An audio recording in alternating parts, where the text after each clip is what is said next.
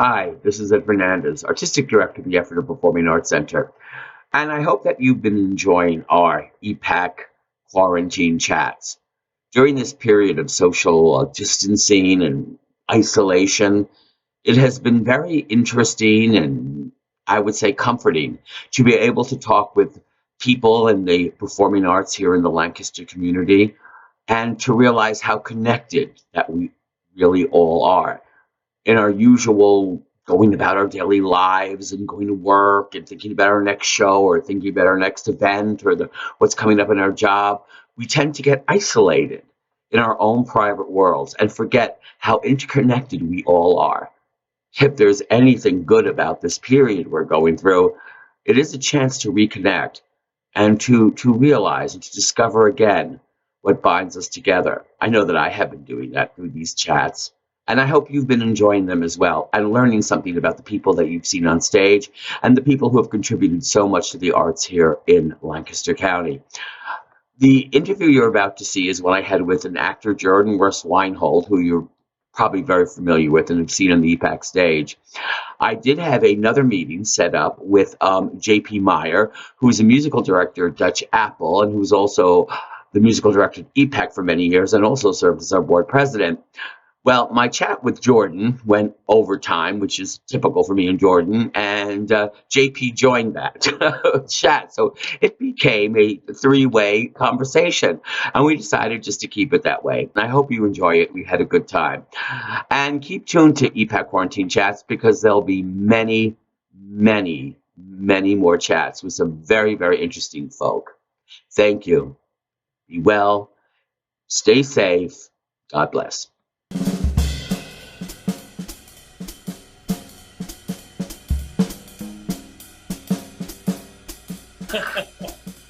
Yeah. Fasting. What? Yeah. Yeah, Hi, JP. I had my next chat with JP, but he decided to. It's a threesome now. Oh, you're. I don't know. I like to join these things like 5 minutes early. I didn't know you guys. I'll leave. Okay, join the club. I'll just get out. No, stay put. That's funny. Yeah, JP was my next chat. So anyway, let me introduce my new guests to it. Yeah, this is great. We'll just do a three-way talk.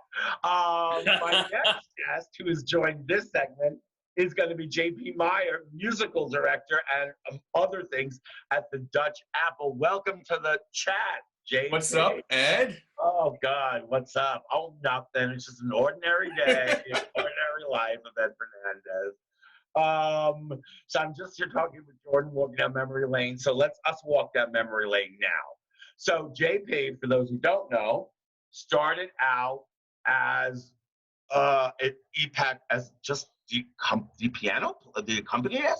Piano for Man of No Importance. Was the first one. Worked his way up to musical director, then president of the board. God love him. And left us for Dutch Apple. So Yes. let's go backwards now. What do you do in Dutch Apple? What's your title? Because you do a lot. So what's your title in Dutch Apple? So at the Dutch Apple, I am the resident music director. So I do all the musicals, all the music teaching, all the stuff like that. We also have a touring wing, which I'm the music supervisor of for most shows. Okay. Sometimes my title gets switched around depending on the artistic creative side of things. Right. For Chicago, I'm the music coordinator, and for Finding Neverland, I was the music supervisor. Wow. Okay. So in that respect, so you conduct and put together the music. You're like musical director for all the productions here in Lancaster, right? Correct. Yep. And I know that you travel because you travel to when there's a tour. You have to go and help put the tour together and all that. Yep. They usually travel me out for the tech rehearsal process. Oh, okay. Very good. But you don't conduct around. No. Because there's like the tours go everywhere, right? No, I hire the pit orchestra and the music director. So they take care of the teaching and all that kind of stuff. And I just come in to kind of do quality control and make sure they have all the equipment they need and get tracks in order and all that kind of fun. Right. Now, when you were, well, Jordan's here. I'm going to jump ahead a little and then I'll get back. Um, because doing these things for the past couple of weeks, I have come to realize that how connected we all are. It's really kind of amazing, like, because we're all in our own separate little modes in our theaters, and we're thinking about our next project, and we're all, we can't even see each other's shows a lot because we're always working. And then doing these chats, it's really come back to me that we're all connected, in this really tight, sort of wonderful way, and it's nice to relearn that. It's nice to get out of your own little space and to relearn how connected you are to everybody in this business and how we've affected everybody in this business. So when you were musical director and board president at Epac, which was interesting, it's like, gee, you were like, well, we can talk about that, because we'll talk. That was a lot on your plate. A lot on your plate. Yeah. So, you got to the point where you were doing every show as musical director, right? And trying to run the theater as board president. So you'd have people helping on show, and you'd come in. Yeah. Sort of what I'm kind of doing now at Epac. Like, you'd have an assistant, and then you'd come at the end, put it all together, and make sure. And Jordan helped you on two of the biggest shows, Assassins and Sunday in the Park, right? Yeah. Mm-hmm. Yeah. Yep. So I think for Assassins, Jordan, you did all the orchestrations, right? We worked together on the orchestration stuff. Yeah. And then for Sunday, Jordan and Cheryl took care of all the rehearsal process, and then I came in with the orchestra and got it up and running for performances. Yeah, very. I love your background, by the way. Is that a Zoom virtual background? It is. I can turn it off if it's annoying you. No, I like it. Leave it on. It's cool. I tried to find one for me, but my computer wouldn't take it. I didn't have green. Well, speaking of Sunday in the Park with George, right behind you. Oh, I know. Yeah. I know. The soldiers. And Godzilla over there. Yes. I wish I still had one of the Sean Young. Oh, I know, when I was doing these things, it's like, what can I put in the background to make it interesting? I said, why don't I have one of those Sean cutouts we use for Sunday in the Park? That's what we need, another Sean. We did, because let me explain. And when we did Sunday in the Park, there's a song, Putting It Together, which we worked on. Like, Pat worked for like 2 weeks, staging that number. And they had all these cutouts of Sean Young, and they became so they were used in the show, life-size cutouts of Sean Young, and they became the butt of many jokes. I wish I got to find the pictures of those. I'll find them later and send them to you. So, what was I going to say? So talk about, I'm really interested, JP, talk about your journey from coming in with John Brackville, and just playing, being part of the orchestra, and then moving to what you do now. And it was pretty quick. It was like, so tell me, just talk about that, because that's really interesting. Well, I had just started teaching. I think it was my first or second day teaching, and I got a phone call just before school started from John Brackville, who was a colleague in the school district of Lancaster. And he said, "Do you still play piano?" And I said, "Yeah." He's like, "Well, I need a piano player. I got hired to music direct this show up at the Ephrata Performing Arts Center, and I've gone through like 15 people and no one can do it. And I sat up in the middle of the night and thought of you. Please do it. I'll buy you food. I'll drive us every day after school. I'll take care of it." I was like, "Well, I don't know if I want to get involved with something like that. It's my first year teaching. I have a lot of work to do. I don't know what's going to happen," because I hadn't seen a student yet. And he goes, "No, you got it." And the whole day I said, I'll get back to you. And the whole day he was emailing me, and he was texting me, I'll drive, whatever, whatever little thing he could do. And I finally said, "Well, when does it start?" And he said, "Tonight." Oh, So that day after school, he drove me up there, and I pretty much sight read the score for, I guess, what was your second or third day of music rehearsals. I think you had a couple of rehearsals. I don't remember. Yeah. And then that show went great. We had fun in the pit. John Brackville and I worked really well together as far as him being the music director and me being the accompanist. And we did a couple shows like that. And then we had a meeting with you, and you asked me if I would ever consider being the music director for a show. And you blessed me with You're in Town. And that was my first show you had. A sidebar, your instrument of choice at that time had been trombone, not piano, right? Well, that was my major. Yeah. I yeah. had taken piano lessons, and I, had been playing piano through college and stuff like that, but nothing like that. I had to do some serious shedding to get myself back up to par. And I got yelled at by all kinds of choreographers about stuff. I mean, it was, but it was a great learning experience, which is exactly what community theater should be. Right. Yeah. And it was a lot of fun. And then You're in Town was a trip because of the cast. I mean, Liz and Czechia and Liz Patey. Oh, and Sean was in there, and Irving and KO and Tim Riley. KO wasn't in it. Was KO in? KO. Oh no, she wasn't in that one. She wasn't. But it was the all-star cast. Yeah. And they were vicious. Vicious. They were hard to handle. They were hard to. That was. You had to be some of those shows with those people. You had to be a lion tamer, and that was one of them. But I mean, how much fun, and the friendships I've made, the lasting colleagues like you have been my mentor ever since then in terms of the theater industry. And I was with Epac for 10 years, 10 seasons, I think. Wow. And then they dragged me kicking and screaming onto the board.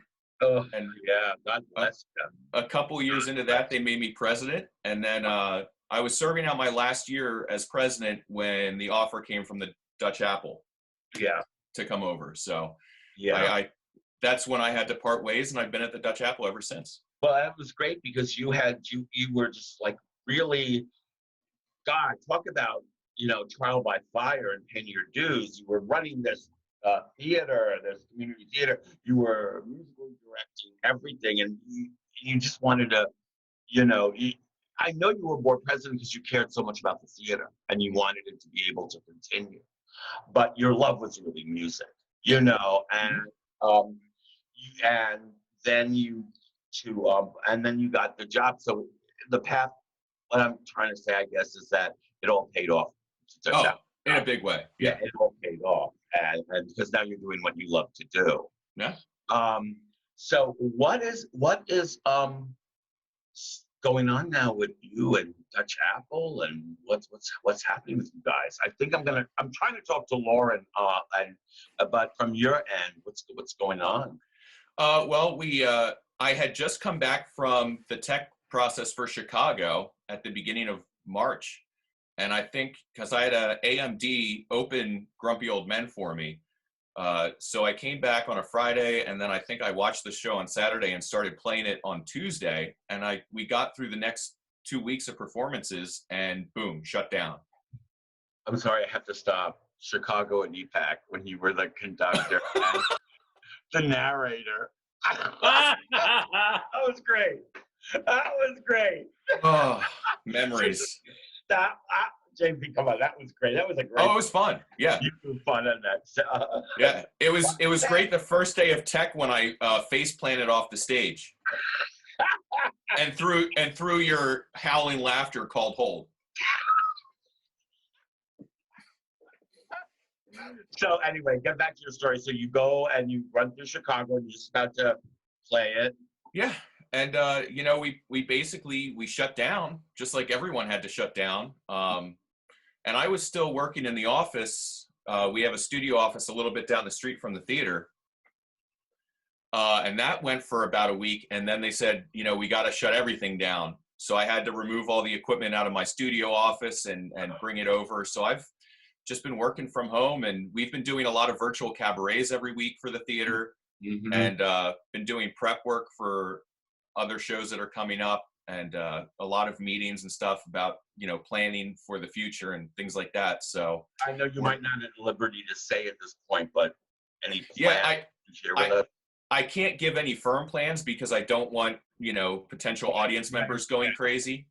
That's up to Will. I can tell you that we're all very actively planning and trying to reopen as soon as possible and as soon as it's safe. Us too. Hopefully, I was talking to Jordan.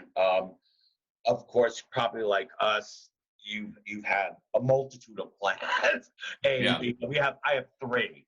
Well, And go up to the end of this year. Hopefully, one of them will work out. But now it's scary because now I'm hearing people talk about 221, before large events because can gather. So, we're all sort of on this freeze fall. And, I've been talking to like Larry and other artistic directors, and it's like, what's going to be the new normal? When are people going to feel safe coming back in large groups? Right. So. Well, I think for sure, whenever theaters start reopening, it's going to be at a reduced capacity. I do so. I really, because it's going to happen. And I think if we open, people are going to come because people are going to want to be out of their houses and be entertained and taken out of the moment. I think that's the issue. I think we all have to worry about is safety and making sure we're responsible about it. And, continuing to provide entertainment, but in a safe way and making sure we're not part of a problem. We have guests, like all of us, theaters, we have like 100, over 100, 200 people a night that come into our places of business, and we have to be responsible for them as well as everybody who works for us. So I do the same thing, but it's also the double-edged sword about, we have to limit the audience, but when does that not become theater? Like, as well as I do, it's all about, all of us know this, it's all about the audience. 50% of your show is the audience. Yeah. They break the show, their response, so I just, we don't know, hope against hope. I know we have changed our programming, and some of the things are moving into the future, but because I think when people come back, they're going to want not so much just out and out fun, but life affirming, positive shows. So some of the heavier, darker stuff that I was planning, I'm going to push over to 221. Yeah. Because I think people are going to want to laugh and have a good time. Yeah, they're going to want to escape. Yeah. It's going to have to be escapism theater for a little bit, just a break from the reality. Right. And now I also want to talk to you about, like, you are another one, what I call the Epac couples. Epac has put together so many couples. You also are a part of an Epac couple, correct? Yeah. Tell us about that. Yeah. So Lauren, we've been dating for 6 years now. I forget. Lauren! She's coming. I ask after 6 years? I don't want to screw up the timeline here. We met at Tommy, right? There she is. Hey, Yes. So we met during Tommy, and then obviously she was a pit singer for Spring Awakening, so she had to stare at me from 6 feet away all night, every night. Yeah. And then I would give her looks whenever something was like awry. Right. And then we started dating. When did we start dating? It was like a bit after that, though. It was a bit after that. It was a bit. She had to work hard. Lauren, how you doing? Hold you in there. How are you doing? Everybody's like, good, how are you? I'm good, love. Good to see you. And so anyway, so 6 years, I'm going to get you to that. I'm just going to ask the question. What? I don't know what 6 years dating, when is it going to happen? Eventually. Well, this has been great because, she can't hear you because I wear headphones. I like it that way because I'm answering and she doesn't know what the question is. Right, you can talk about whatever you want.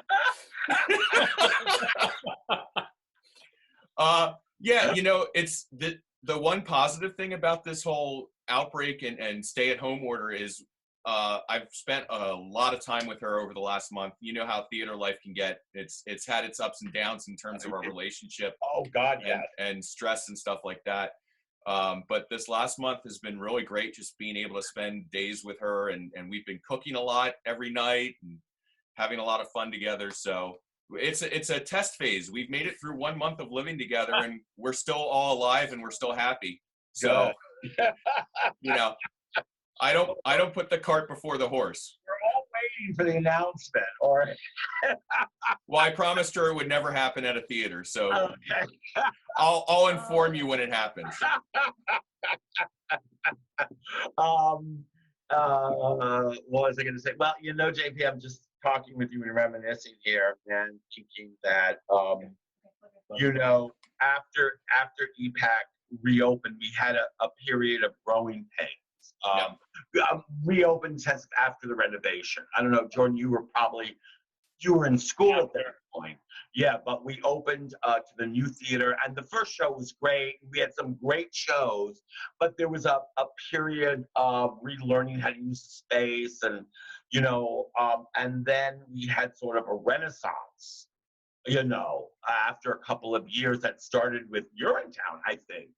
We had good shows before that, nobody get me wrong, but it was trial and error, but then we got back. I think we reclaimed what we had been. And JP, you really musically led us through the renaissance, the comeback of Epac, of some wonderful shows. Mm-hmm. I mean, just some wonderful shows. The Jesus Christ Superstar. Jesus Christ Superstar, Rent, the producers, will never forget the producers. I almost killed you during producers. Everybody almost killed everybody.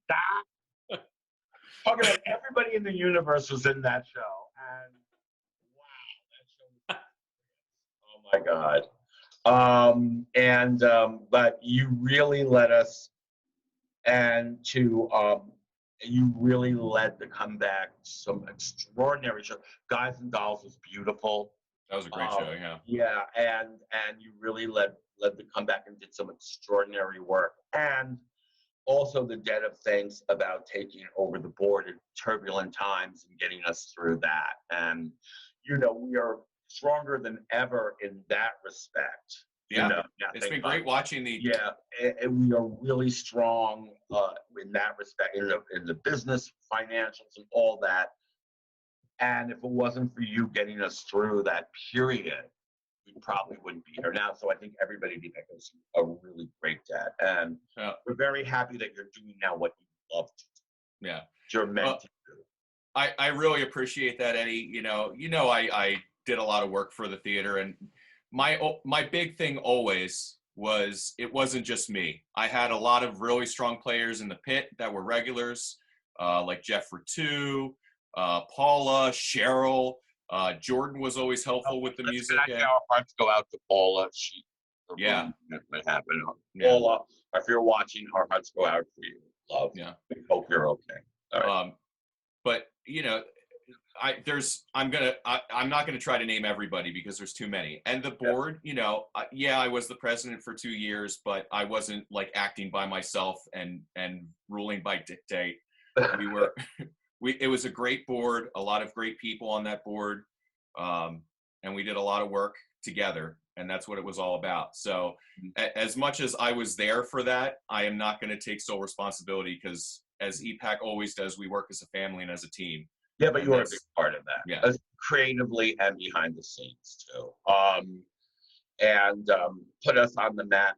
I think put us on the map musically, because that had always been yes and no, inconsistent, like most, but you really brought a consistency and up the level of the musicality of our theater. So thank you for that. How are your parents? How are your parents doing? Oh, they're doing good. They're still at home outside of Philadelphia. They're in Montgomery County, which became kind of the hot spot for this. Oh. Yeah. That was a little concerning. And my dad actually had, right before the COVID stuff hit, he had a minor stroke about 2 weeks before everything hit. Oh my God. He's totally fine now. He recovered. He just lost his hand, is what it turned out. But he was in the hospital for a couple of days. But yeah, he's doing good, full recovery. thank goodness for those doctors, and they got him right in and got him taken care of right away. And but yeah, they're doing good. They're doing great. You know, they're retired, so staying at home isn't that big of a thing. Any trips to Germany recently? Because I know you go with your dad. Yeah, it's been a couple years since the last time. I think the last time I went was with my dad. I wanted to try to go next year. I don't know if that's going to happen now with you know, we're going to have to see what happens. But definitely sometime soon. Hey, Jordon, how are your grandparents through this? I know you're close to your grandparents. Yeah, they're in a retirement home, Garden Spot Village, that had a little bit of a bumpy road. But yeah, they're there. They have to go through a tent if they have to leave so they're in really good hands. They have people looking out for them and making sure that all the older people are being responsible and, you know, being very serious about this whole situation. So they're fine. They're good. Good. I'm glad everybody's doing well. Everybody's folks are doing well. It's a scary time, guys. You know, I don't think we've ever lived through anything like this. Yeah. So. I mean, I don't know how Jordon feels. I thought 9/11 was going to be the thing of my generation. You know, I thought that was going to be the thing that changed everything and the major moment. And I thought it was done. And now we get hit by this. It's crazy. And 9/11, I mean, we had to live through that, but it was only really a week. Yeah.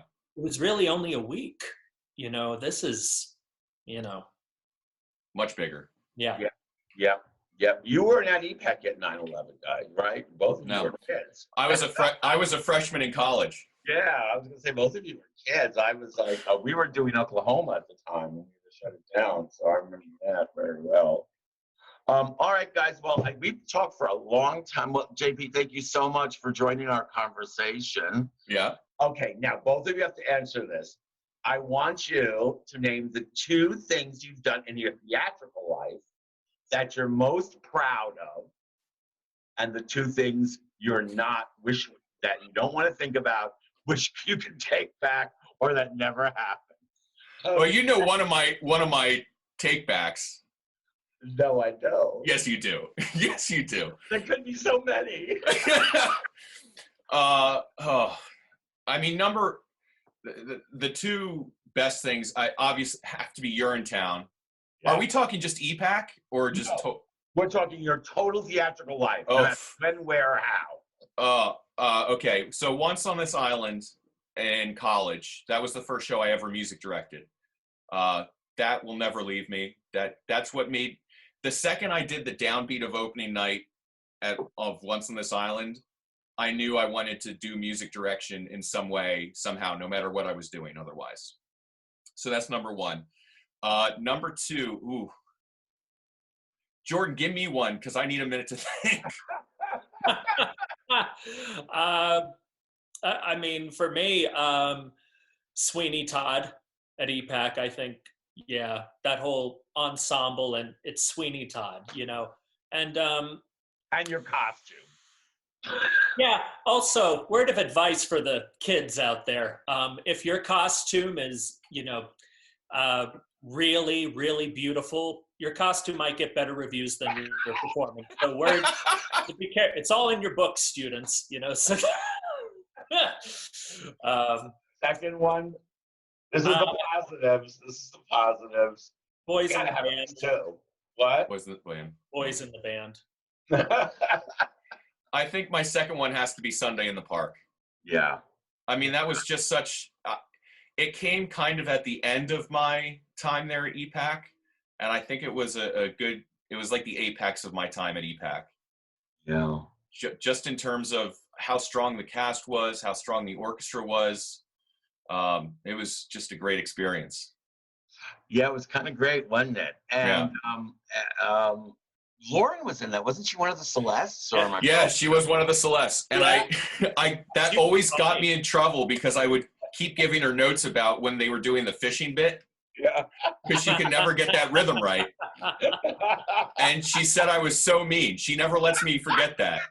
So, all right, now let's go to the two things. Doesn't have to be two things. If you don't one thing, but I want at least one thing that you don't like, wish never happened, or you're not proud of. I'll put it that. Right away.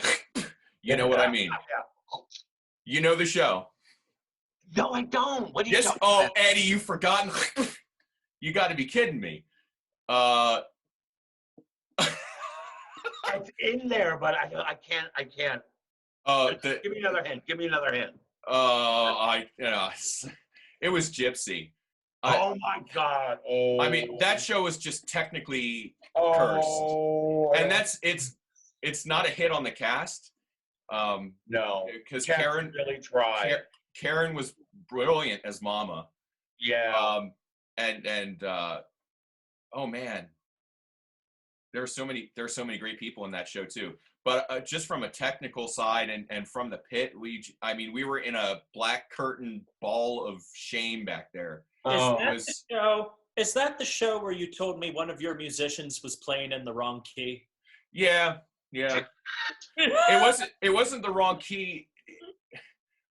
It was a reed, and they picked up a flute instead of a clarinet or something like that, or vice versa. Yeah. So I was playing piano and they were playing their reed instrument, and it was in two different keys, and problems ensued. It was just something always was going. It was just one of those shows that just, something went wrong.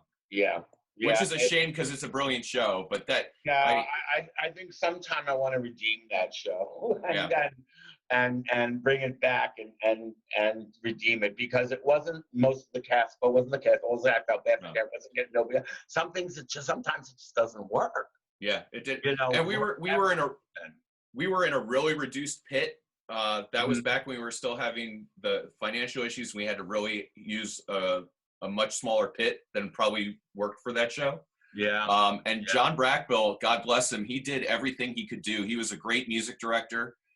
He was on top of it all the time. It's just we, as an orchestra, and I take responsibility as the piano player, trying to keep things together too on my end. It was just not good. It was not good.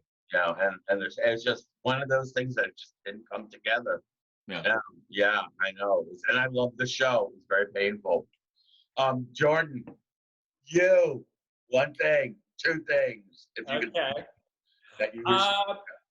Now this, I'm going to keep it local, so people have some context. But and this is no disrespect to the shows at all. No. But if I have one more person come up to me and say, "Oh, it's Corny Collins," I'm going to kill him.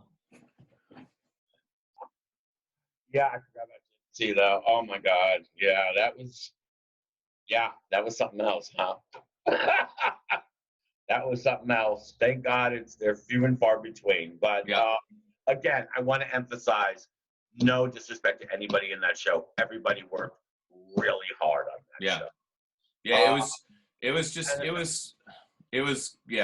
Yeah, sometimes it just happens. Yeah. All right, guys. Well, thank you so much. It was a great pleasure talking to both of you. I'm glad this all happened. It was fun. The three people online at the same time. Thank you for crashing the party, JP. You're welcome. See, that's what I get. You should have known that the German would show up 5 minutes early to a meeting. I'm going on. You told me 4, I go at 4.